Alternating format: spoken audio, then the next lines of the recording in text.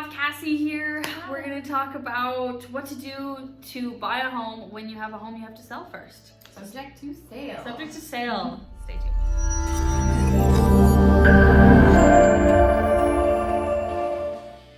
All right, so we're going to dive right in. So we're going to start talking about what, well, essentially we're going to break it down into 5 things here. So we're going to do the first thing you need to know, which is what does it even mean? What is subject to sale? What's required? How can you even approach this topic? So yeah, just maybe from your perspective, Cassie, what does it really mean when someone comes to you and says, I can't buy something until I sell something? Yeah, so subject to sale. So like writing an offer on any property, you would just have to take into account that you also have to sell your home first. So there is different ways and good ways to approach this versus waiting till the last minute and realizing, oh, I'd better sell my house, especially in a market that we're in. You're not wanting to be in that position with a lot of multiple offer situations happening. We're in an intense spring market here, so especially in certain price ranges, properties are moving quickly. So want to be prepared, and so there's definitely some specific steps you want to take when you have to sell your home first. All right, so to start things off, you definitely want to be really prepared and prep your home. Yeah. Using the help of a realtor, prep your home, get an evaluation done. Yeah. Pre-home inspection. Yeah, exactly, and get an inspector in there. That will help things move through smoothly. Surprises. So exactly. When a prospective buyer comes along, if you can show them an inspection report that's already been done, they'll probably still do their own, but this is at least everything's right out there in the open. Yeah, so if you do come down to a time crunch and you need to get your subjects off quickly, that's already been done. So that's not going to be something that comes up and then it's going to extend the dates. And we'll talk a little bit more about the domino effect with your deals and your dates, all having to line up accordingly. Yeah, so the pre-inspection and as well, any staging you can do, any decluttering, you want to get that done right away. Pack anything you can. Just get prepared for this move, especially if you know it's necessary and important. Just start packing things away. Get rid of any personal items and just really take that staging process seriously. Yeah, because ultimately you want to get your home in a position that it's going to sell quickly, so that whatever house, whether you have one that you've picked out already, which is not really ideal, or you just want to have that quick situation where you can get out of your house in time in order to get into the next one. All right, so second thing you want to keep in mind, or that you want to sort of be aware of as you're moving into this process, is after your home's listed, that's the ideal time to start shopping for your next home. Yeah, that's going to give you the best chance of beating out any other offers. Most of the time, if you're subject to sale, you're not going to beat any other offers. If you're competing in a multiple offer situation, subject to sale does delay things. Yes. And it can. It just adds another layer of stress that a seller might not want to be too excited about. Yeah. But if you're shopping in a market that's not super competitive at that time, definitely sellers will look at subject to sale, but they want to see your home on the market. And they want to see that you're taking active steps to sell it. So it's not sitting in an overpriced position. It is staged, or it looks, it's ready to show, it's ready to go. Okay, so the third thing that you want to be aware of, let's say that now you're in the scenario where you found your perfect home. You want to be aware of the domino effect when you consider dates specifically and time clauses. So we'll dive into that a little bit. So dates, meaning the dates in your contracts when you're going to do subject removal, when you're going to do possession and completion. Yeah, so obviously the completion dates are going to be a big one, because if you're moving out of a house, you have to have somewhere to go. But the people moving into your place, everyone kind of has to marry their dates along the way. But if one thing falls through, then of course, domino effect, the rest of them are coming down too. So it can be very frustrating. And you have to definitely prepare yourself for disappointment. But that is, 2 or 3 deals could fall apart if if one party doesn't hold up their end of the bargain. Yeah.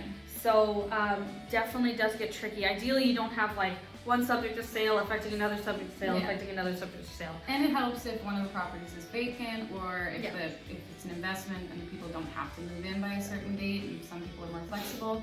There's a lot of different factors that come into play, and just being aware and having an agent that is working for you is a big thing. Yeah, not having to communicate directly with the sellers can save a lot of time and a lot of emotional. And people are held more accountable to what they're doing when they're actually working with agents, so that's nice. Yeah, so keep in mind the dates that you need when you need to move, when you're looking at offers that are coming in on your house. Yeah. So yes, it's exciting and it's a little bit of a relief to get an offer on a house when you put an offer subject to sale on another house. Yeah. But if the dates just don't work and the buyer can't make them work, you kind of have to go back to the drawing board. Yeah. So number 4 is the time clauses. Yeah. So typically we have 24 hours, 48 hours, and 72-hour clauses in our market. And as a buyer, so you would prefer to have the 72 hours, and we'll explain why. And as a seller, of course, you want that to be smaller, so your subjects get removed quicker, hopefully, and it's a done deal quicker.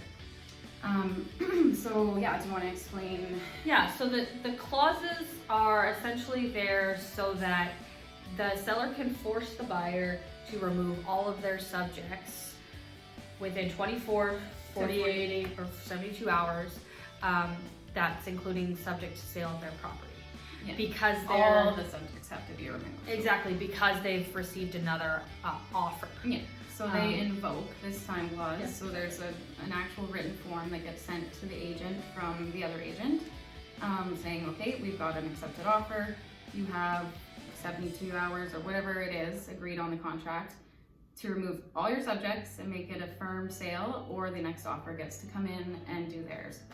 And they would still have, the next offer would still have subjects. Yeah. And it doesn't really matter, what the price is or what the conditions are to that offer. Yeah. The seller has the right to invoke this time clause. It's for their benefit. Yeah. So any offer that they deem acceptable and they accept it and it's in writing, they have the right to invoke that time clause. So when you're in that situation as a buyer and you're getting a time clause invoked on you, most of the time it's not gonna happen for you unless you're right at the end of that. Unless somebody. Subject. Yeah.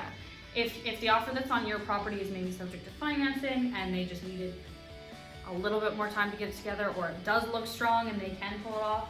If you're like this close, you might be able to do it, but otherwise. If you're a few days away, it's stressful, and that's where people lose properties, lose their offers on properties. But I mean, going in subject to sale, you have to keep that in mind. If you don't have a guaranteed offer with no outs, there is that out, so. Totally. And it does protect you too from having to carry 2 mortgages when you can't. Yeah, for sure. All right, number 5 thing, this is more just like extenuating circumstances. Yeah. So this is where the stress and the pros and cons have to really be weighed with the subject to sale situation. Yeah, so say you have a home that you want, but your house isn't on the market yet. So there are some things that you can do. I mean, bridge financing, that's really expensive. It can be. You don't want to do that for too long. Right. You have to decide whether it's more stressful for you to find the dream home and potentially lose the dream home because you have, your house isn't quite on the market yet, or it didn't quite sell as fast as you had hoped. Right. Is that more stressful, or is more stressful like putting your home on the market and not knowing exactly where you're going to move to? Yeah, and there is something that you can do about that as well. If you get an offer on your property and you don't have anywhere to live yet, you can add a seller subject in there saying, subject to the seller finding a home on or before. Yeah, exactly. Whatever. So it's kind of like a reverse subject to sale for them. Yes. So there is an option there as well. Not all sellers will go for that, but that's buyers. All buyers will go for that, but that's again just managing timelines and making sure that everything is falling into the right place. Yeah, so it's a little bit of a personality, what works for you in your specific situation. Can you handle that those two sides of like what's a worse option for you, having theoretically nowhere to live even though you could likely rent, Yeah. or losing your dream home. And ultimately I do think it kind of comes down to those two sides of the coin, two options, right? Yeah, and I mean that's just where an ideal situation, if you can have your home ready to go on the market, have an offer in place, that's when you start, well, I mean, before you have an offer, you should really be looking around. But finding that place when your house is already ready to go gives you the best shot at actually getting the house that you will have your eye on and put an offer on, subject to sale. So. Okay guys, that was 5 things that you need to know about subject to sale situations. Yeah. Thanks for watching. Give us a like, comment, subscribe, and don't get coronavirus. Yeah, happy Friday.